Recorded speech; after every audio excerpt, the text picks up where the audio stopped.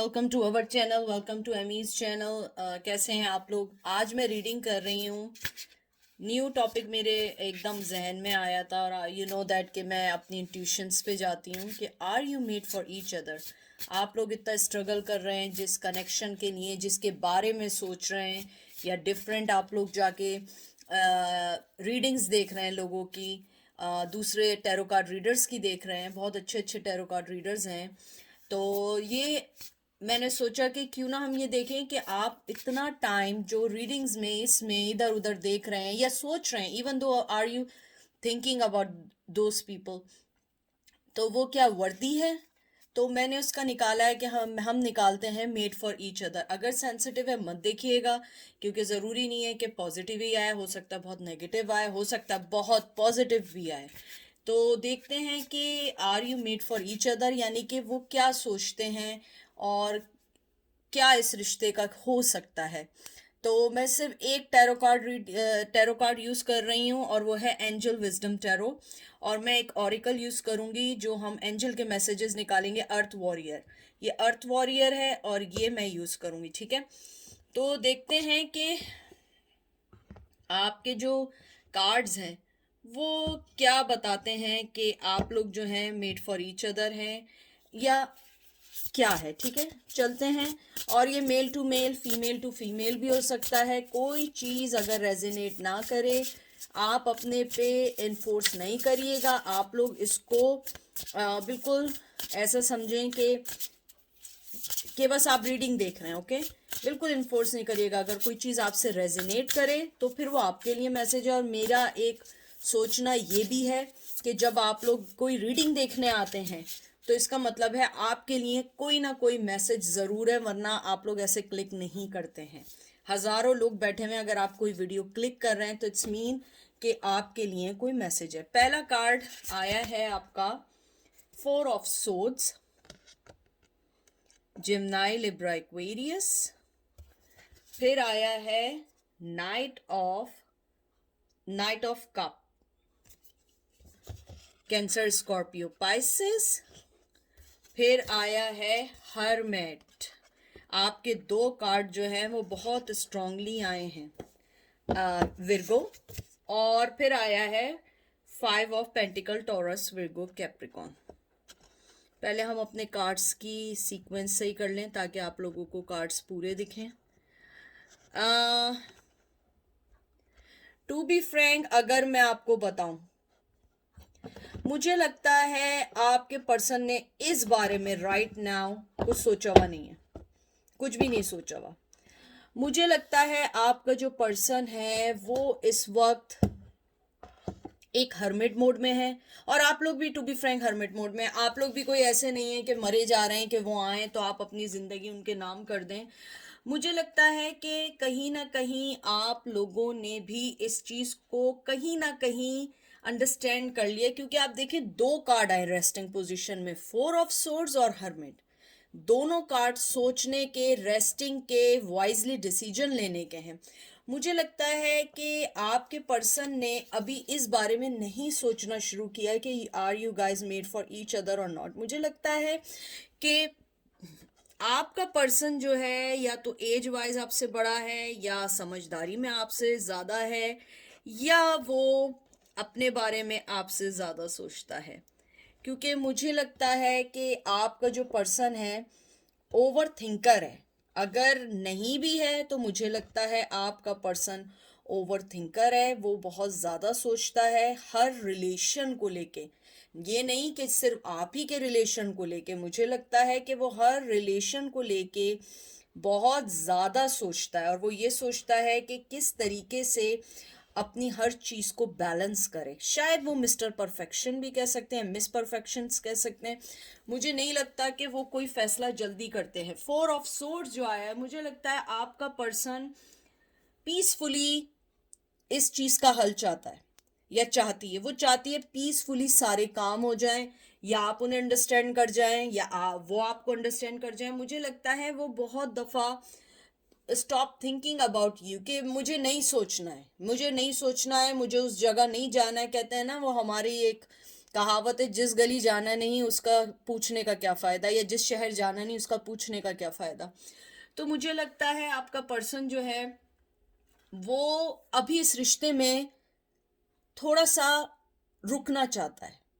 चाहे आप लोग कांटेक्ट में हो नहीं हो, लड़ाई रिसेंटली हुई हो या 100 साल पहले हुई हो, राइट नाउ वो अभी कुछ सोचना नहीं चाहते। दूसरी चीज ये है कि मुझे लगता है कि आप लोग जो है, आपका जो पर्सन है, मैं आपको एक और बात बताऊं कि जब ये कार्ड और ये कार्ड साथ आते हैं, इसका मतलब है कि आपका पर्सन इनर हीलिंग चाहता है, इनर एक स्पिरिचुअल अवेकनिंग की तरफ जा रहा है। वो इनर साइड से ये सोचना चाहता है कि मुझे क्या करना है ऐसा कि मेरी हर चीज एक सही वे में हो जाए। हर चीज तो देखिए कभी एकदम सही नहीं होती, उसे टाइम लगता है। आपका पर्सन जो है अपनी सिचुएशन को देखते हुए वो ये चाहता है कि मैं एकदम से किसी भी चीज में जंप ऑन ना हो, किसी भी चीज का एकदम कोई फैसला ना दूं, मैं किसी भी चीज को एकदम हाँ ना कर दूं। क्योंकि आपका पर्सन शुरू से, अभी से नहीं, उसके साथ एक प्रॉब्लम ये रही है कि मैंने आपको कहा है over thinking, over analysation, over हर चीज को ऑब्जर्व करना। इस वजह से ये रिश्ते को वो नहीं देख पाए। फिर नाइट ऑफ आपका जो कप आया है, ये है एक, वैसे ये बहुत ब्यूटीफुल कार्ड है कि आपका पर्सन इन दो चीजों के दरमियान में, हर्मिट और 4 ऑफ सोर्ड्स के दरमियान में, इस बात को जरूर जानता है कि वो आपको एक ऑफर दे सकता है। वो बहुत क्लियरली जानता है कि मे बी हम लोग एक दूसरे के लिए बने हों, लेकिन मैं जब तक इस चीज को आगे नहीं बढ़ाऊंगा, जब तक या बढ़ाऊंगी, जब तक मैं खुद ना समझ जाऊं ये रिश्ता मेरे लिए क्या मायने रखता है। मुझे लगता है आपका पर्सन रोमांटिकली, पैशनेटली, ड्रीम में, उसके हर चीज में वो आपके बारे में सोचता है। वो आपको एक परफेक्ट पर्सन समझता है, परफेक्ट ह्यूमन समझता है, परफेक्ट, अगर आप वाइफ फीमेल है एक परफेक्ट वाइफ समझता है, अगर मेल है परफेक्ट हस्बैंड समझता है। मुझे लगता है कि आपका पर्सन आपको आइडलाइज करता है, आपको एक उस जगह देखता है जहां पर एक हायर लेवल पे देखता है। मुझे लगता है आपका पर्सन जो है वो आपको एक ब्यूटीफुल और ट्रस्ट वर्दी पर्सन देखता है। इसीलिए जब वो इन दोनों मोड में आया, 4 ऑफ सोर्ड्स में आया, हर्मिट में आया, उसने ये देखा कि नहीं, आपके साथ उसकी जिंदगी जुड़ सकती है, चल सकती है आगे, वो इस चीज को क्लोजर दे सकता है, आपके रिश्ते को नाम दे सकता है। और हो सकता है कि अगर आप लोग रिसेंटली डिवोर्स्ड हुए हो, उसे इस बात का भी एहसास है कि उसने आपको एक बहुत डिफिकल्ट सिचुएशन में डाल दिया है। मुझे लगता है कि आपका पर्सन समझता है कि अगर हम मेड फॉर ईच अदर थे तो हम में दूरियां क्यों आई, हम में गलतियां क्यों की, हमने एक दूसरे को समझा क्यों नहीं। इसलिए वो इस बारे में सोचना नहीं चाहता है। मे बी आप लोग सोचते हो, क्योंकि मुझे स्ट्रांगली लगता है कि आप दोनों ही कहीं ना कहीं एक ऐसी पोजीशन, एक रेस्टिंग पोजीशन में आ चुके हैं जहां पर अभी आप दोनों कोई नाम नहीं देना चाहते इस रिश्ते को। शायद चैलेंजेस हो आप लोग करंटली फेस कर रहे हो, 4 ऑफ पेंटिकल करंटली चैलेंजेस को फेस करना है। और मुझे लगता है कि आपकी थॉट में ये भी है कि मैं उस चीज की तरफ क्यों जाऊं जो मेरी तरफ नहीं आना चाहती। लेकिन मैं आपको एक बात बताऊं, 4 ऑफ पेंटिकल जो आया है, मुझे लगता है आपके पर्सन को रिग्रेट है।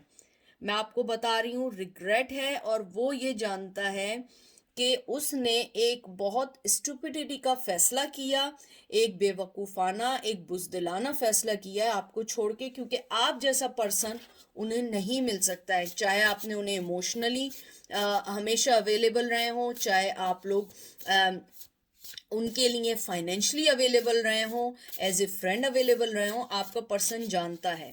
हर्मिट में यही है कि वो अभी कोई भी चीज को देखना नहीं चाहते हैं। यानी कि अगर हैंगमैन आ जाएगा ना, ट्रस्ट मी, मुझे कोई सरप्राइज इसलिए नहीं होगा क्योंकि आप देखें कि दोनों ही ऐसे आए कि वो इस बारे में अभी कुछ सोचना ही नहीं चाहते। उन्हें लगता है कि अगर मैंने ये चीज़ सोची तो ये मेरे पे ओवर हो जाएगी, क्योंकि आपका पर्सन आपके रिश्ते से कहीं ना कहीं डरता है। वो ये समझता है कि आप जो हैं, आपका रिश्ता जो है उनके लिए एक, कहते हैं ना कि आपका रिश्ता उनके लिए बहुत खूबसूरत भी है और बहुत डराने वाला भी है, क्योंकि आप उनके उनको स्पिरिचुअली इतना उनको आप जगाते हैं कि वो डर जाते हैं कि यार मैंने अपनी लाइफ में आखिर किया क्या, मैंने अपनी लाइफ में कैसे गलत चीज़ों को पिक किया। मुझे लगता है आपने उनकी ज़िंदगी में बहुत सारे ऐसे मोड़ ला के दिए जिसमें आपने उनकी ज़िंदगी को बहुत सेटल किया है, चाहे वो मनी वाइज किया और हो सकता है आपने किड्स भी किए हों उनसे, और आपने उनके लिए अपनी पेरेंट्स फैमिली सबसे फाइट भी की हो। लेकिन अब आप लोग इस चीज़ से हट चुके हैं कि आपने वाकई ही ज़िंदगी में गलत फैसला किया है। देखते हैं 8 ऑफ सोर्ड्स, बहुत ज़्यादा सेल्फ कॉन्फिडेंस की कमी, बहुत ज़्यादा अपने आप को बाउंडिंग की कमी, मेंटली तौर पे अपने आप को उन्होंने बाउंड किया हुआ है, मेंटली लड़ाई है। हो सकता है कि उनके साथ मेंटली इश्यूज भी हों जो आपको ना पता हो और आपको हो सकता है पता भी हो। और ये देख लें 10 ऑफ वंस, ये देख लें, मैंने मेंटली इशू का देखें, इसके ऊपर भी आप देख लीजिए कि अपना सर पकड़े में, और ये भी वही है कि बर्डन है, वो चीज़ों को ख़त्म करना चाहते हैं। आपको जो उन्होंने आपके साथ किया वो उनके लिए इजी नहीं है। 3 ऑफ वंस, मुझे लगता है बहुत धूल निकल गई हैं आप, या निकल गए हैं आप लोग। बहुत ज़्यादा, बहुत फायरी एनर्जी है, बहुत ज़्यादा एक दूसरे को, कहते हैं ना कि एक दूसरे के लिए जीने की जो आपके अंदर वो थी ना, आपने वो ख़त्म कर दी है, आप उस चीज़ से निकल गए। मुझे लगता है कि मेड फॉर ईच अदर बहुत दूर की बात है। आपके पर्सन के साथ सबसे बड़ा स्ट्रेस ये है कि वो मेंटली तौर पे सेट नहीं है। I don't know what's going on in their life, but right now मुझे लगता है कि जो उसकी ईगो थी, जो उसके अंदर का सेल्फ कॉन्फिडेंस था, जो उसके अंदर का अपने आप को हमेशा अपर लेवल पे उनको जो एक इन्फीरियर कॉन्फ्लेक्स यानी कि आई एम सॉरी, कभी कभी एनर्जी ऐसी होती है कि बिल्कुल मुंह जो है ना वो ममलिंग करने लगता है, जो उनको एक इन्फीरियर कॉम्प्लेक्स था, वो चीज़ अब उनको लैक ऑफ कॉन्फिडेंस में ले गई है। क्योंकि जब आप उनकी लाइफ से गए उन्हें ये रियलाइज़ हुआ कि नहीं, आप जो उनकी लाइफ में आई थी, आप एंजल बन के आए थे या एंजल बन के आई थी, लेकिन आपने उन्हें अलाउ किया कि आप उनको जैसा ट्रीट करना चाहें। आपने अपनी सेल्फ रिस्पेक्ट को ख़त्म करके उनको लिए हमेशा अवेलेबल रहे। अपनी फैमिली से लड़ना या आपने दूसरों को जवाब देना उनके बिहाफ में, वो उन्होंने वो पर्सन खो दिया है। मैं एक मिनट ज़रा ये पी लूँ। मुझे लगता है उन्होंने वो पर्सन खो दिया है। उसके बाद 8 के बाद 10, कुछ साइकिल्स कंप्लीट हो चुकी हैं जो मेंटली तौर पे उन्हें रोक रही थी आपके टूवर्ड्स आने को, और कुछ साइकिल्स अभी भी बाकी हैं। मुझे लगता है आप दोनों के दरमियान बहुत चैलेंजेस हैं। कंफर्ट बहुत है लेकिन चैलेंजेस उससे ज़्यादा हैं। बहुत ज़्यादा वो चैलेंजेस हैं जिसको अवेल करना या उसको पार करना इतना इजी नहीं है जितना इजी दिखता है। मुझे लगता है कहीं ना कहीं आपके पर्सन को ये क्लैरिटी मिल चुकी है और वो ये सोच चुका है कि आप उनकी लाइफ में एक ब्लेसिंग बनकर आए थे या आई थी, लेकिन अब वो ब्लेसिंग जब से उनकी लाइफ से गई है वो अपने मेंटली थिंकिंग के अंदर ट्रैप हो चुके हैं। उनकी लाइफ के कुछ डिसीजन उनके लिए बर्डन बन चुके हैं।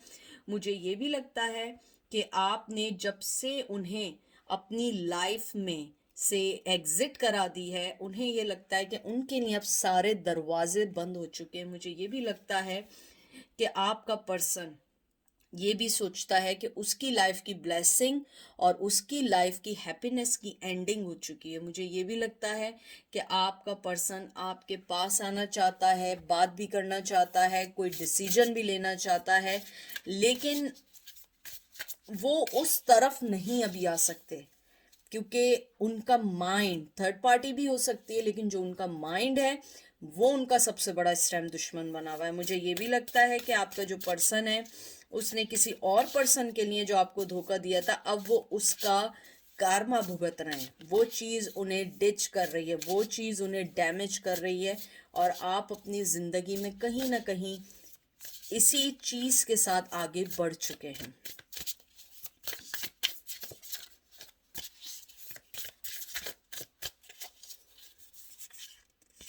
सेवन ऑफ कप देख लीजिए कि उनके जहन में ये बात बहुत स्ट्रांगली आ चुकी है। Nine of pentacles, Taurus, Virgo, Capricorns, पहले आया Cancer, Scorpio, Pisces, and eight of swords, right? नहीं, या एट ऑफ सोर्ड्स है ये, no sorry, eight of cup, Cancer, Scorpio, Pisces, seven के बाद एकदम एट आया है मुझे लगता है। और एक कार्ड और निकाले हैं, टू ऑफ कप। ये लास्ट मैंने 4 कार्ड्स निकाले हैं। मुझे ये कार्ड्स देख के बहुत आराम से इस बात का अंदाज़ा हो चुका है कि आपका जो पर्सन है उसने बहुत सारी अपनी लाइफ में जो चीज़ें बिखेर दी हैं, चॉइसेस ले ली हैं, वो चीज़ें उसको अब पूरा करना बहुत मुश्किल हो रहा है, उन चीज़ों के साथ चलना बहुत मुश्किल हो रहा है। मुझे लगता है एट ऑफ पेंटिकल, आप जो हैं अपनी लाइफ में, आपने अपनी लाइफ का फोकस बदल दिया है, आपने अपनी लाइफ में दूसरी चीज़ों का सोचना शुरू किया। और टू बी फ्रैंक, मुझे लगता है अब आप अपना मोहब्बत का कप, चाहे मेल हो या फीमेल हो, आप उसको देंगे जो आपको मोहब्बत देगा। और मुझे लगता है आपकी मोहब्बत एक ब्लेसिंग है दूसरे की लाइफ में। आप देखें, मैंने पहले भी बात की थी, ये देखें एक दूसरे को कप दे रहे हो, यहाँ एंजल है और ये एट ऑफ कप। मुझे लगता है कि आप अब उस रिश्ते से मूव ऑन हो चुके हैं, और मुझे ये भी फीलिंग है कि आपका पर्सन ने जब ये रियलाइज़ किया, मेड फॉर ईच अदर दूसरी बात है, लेकिन जब उसने ये रियलाइज़ किया कि आप उनकी लाइफ में ब्लेसिंग थे, और मुझे लगता है फाइनेंशियली तौर पे आपने उनके लिए बहुत मेहनत की है, और अगर ये भी नहीं की है तो आप लोग वर्क प्लेस पे मिले थे, वर्क प्लेस पे आपने एक दूसरे की बहुत हेल्प की है, वर्क सिचुएशंस में आप लोग मिले, अगर वो भी नहीं है, मुझे लगता है आपने उनके रिश्ते में जो भी मेहनत की, जितना भी हार्ड वर्क किया, आपने एक विक्टोरियस होने के नाते, क्योंकि आप एक एक एक ब्लेसिंग है, आपने अपने आप को अलग कर दिया। अब आपका कप सिर्फ उसके लिए है जो आपको अपना कप देगा और जो आपके साथ सिंसियर होगा, क्योंकि मुझे लगता है जो मेरे यहाँ पे व्यूवर्स हैं उन्हें मनी से, उन्हें लग्जरी लाइफ से कोई लेना देना नहीं है, उन्हें सिर्फ और सिर्फ मोहब्बत चाहिए। मुझे लगता है आप लोगों को मोहब्बत की ज़रूरत है, जो लोग आज ये रीडिंग देख रहे हैं। उसके अलावा मुझे लगता है आप लोग मूव ऑन हो चुके हैं, और आपका पर्सन अभी भी उन्हीं चॉइसेस को सोच रहा है, उन्हीं चीज़ों में है, उन्हीं चीज़ों में ट्रैप है, और उसका कर्मा उसको हर्ट कर रहा है बार बार, क्योंकि वो जिसके पास जाता है समझता है ये चमकती हुई चीज़ उसके लिए है, जब वो उस तक पहुंचता है पता लगता है वो चमकती हुई चीज़ जो है ना, वो सिर्फ धूप पड़ रही है उस चीज़ पे, इसलिए वो शाइन कर रही है। आप वो पर्सन है कि आपको शाइन की ज़रूरत नहीं है। आप ऑलवेज, आपका कैरेक्टर, आपकी इनोसेंस, आपका मोहब्बत, आपकी हार्ड वर्किंग जो है ना, वो चीज़ें आपको शाइन करती हैं, आपको खूबसूरत बनाते हैं। और यहीं पे ऐसे ही है कि आपने फैसला कर लिया है कि आप सिर्फ उसको मोहब्बत देंगे जो आपको मोहब्बत देगा। You guys are move on. तो देखते हैं एंजल आपको क्या कहते हैं, एंजल के मैसेजेस क्या हैं आपके लिए। बहुत खूबसूरत कार्ड हैं ये वाले, मुझे बहुत अच्छे भी लगते हैं, लेकिन बड़े कॉम्प्लिकेटेड हैं, बहुत मैसेजेस होते हैं इसमें, लेकिन मैं सिर्फ वो बताना चाहती हूँ जो आपसे ज़्यादा रेजिनेट करें, क्योंकि हमें इन कार्ड्स के ऊपर तो कहानी लिखनी नहीं है, सिर्फ मैं वो कार्ड्स लूँगी और वो मैसेज दूंगी आपको जो आपके लिए आपकी सिचुएशन में सेट करें। तो देखते हैं, 2 कार्ड निकालेंगे, until if I get some another message so I will. Okay, अयाना vision, way of the divine feminine revealed. एक तो ये कार्ड आया आपका, उसके बाद मैं दोबारा शफल करती हूँ। ओ एलाज, डिवाइन माइट फोरटोल्ड। देखें दोनों डिवाइन के कार्ड हैं, बहुत ही हसीन खूबसूरत कार्ड आए, बहुत खूबसूरत कार्ड आए हैं। और मुझे लगता है 11 नंबर, 31 नंबर बहुत इंपॉर्टेंट है, नवंबर बहुत इंपॉर्टेंट है। हो सकता है आप लोग स्कॉर्पियो या सेजिटेरियस हो, सॉरी स्कॉर्पियो कह रही हूँ, सेजिटेरियस और स्कॉर्पियो भी हो सकते हैं, but this is not necessary. ये सिर्फ एक आपको साइड नोट के लिए कहती हूँ मैं, ये किसी के लिए वो नहीं होता, ना अप्लाई होता है। जिसको अप्लाई करता है वो अप्लाई करे, वरना ये इट्स नॉट नेसेसरी। मुझे लगता है एंजल सबसे पहले तो आपको ये कहना चाहते हैं, आप वो डिवाइन फेमिनन है, even though you are male, it's not matter. Divine feminine means ये होता है कि आपके अंदर जो एक, अगर आप मेल भी हैं और आपके अंदर एक ममता है, मोहब्बत है, नर्चरिंग है, सो आप डिवाइन फेमिनन है। बास फीमेल होती हैं जो डिवाइन मैस्कुलिन होती है, उनमें एनर्जी। मुझे लगता है कि एंजल सबसे पहले ये कहना चाहते हैं कि एंजल इस बात को बहुत यानी प्राउडली एक्सेप्ट करते हैं और एडमिट करते हैं कि आप एक ऑथेंटिक और मोस्ट पैशनेटिव पर्सन है। एंजल आपको ये भी कहना चाहते हैं कि आपने अपनी ऑनेस्टी से एंजल के दिल जीता हुआ है, आपकी विजडम ने, आपकी मोहब्बत ने, आपकी गाइडेंस ने, आपकी कहते हैं ना कि आपने जो अपने अंदर की लाइफ का जो एक डर था, खौफ था, उसके साथ जो आप निकले, आप देख रहे हैं ये कितने उससे, मैं इसको करीब से आपको कार्ड दिखाती हूँ, तो कार्ड्स गिरते हैं, कितने उससे आंखें देखें आप कि उसके आंखों में लग रहा है जैसे दुखी तो है, लेकिन वो उस डर से निकल चुकी है कि नहीं, I don't care about anything, मैं लड़ूंगी, एंड तक लड़ूंगी। तो मुझे लगता है एंजल आपको ये कहना चाहते हैं कि जो आपकी पोजीशन है एक डिवाइन मदर जैसी है। आप हर चीज़ को ऊपर वाले पे छोड़ें और अपना फोकस करें अपने अंदर की अपने अंदर की हर उस चीज़ का जो जेन्युइनली डिवाइन ने आपको दी है, जो आपके अंदर एक जो एक कहते हैं ना, जो आपकी खूबसूरती है दूसरे लोगों को लेके, वो चीज़ आप उस पे वर्क करें, क्योंकि आपको, आपने वो एनर्जी किसी से स्टोल नहीं किया, आपने किसी को देख के चेंज नहीं किया, ये बाय बर्थ आपको मिली है। और मुझे लगता है एंजल आपको कहते हैं कि आप एक बहुत पीसफुल लव हैं।